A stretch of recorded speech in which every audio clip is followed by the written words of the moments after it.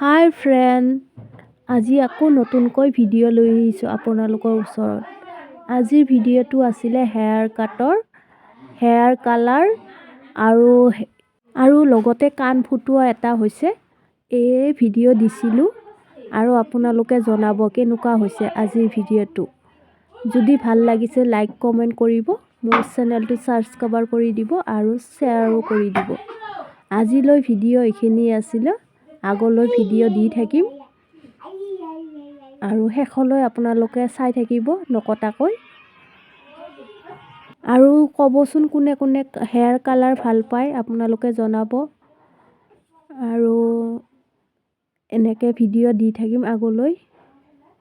আপোনালোকে ক'ব আৰু কেনেকুৱা হৈছে।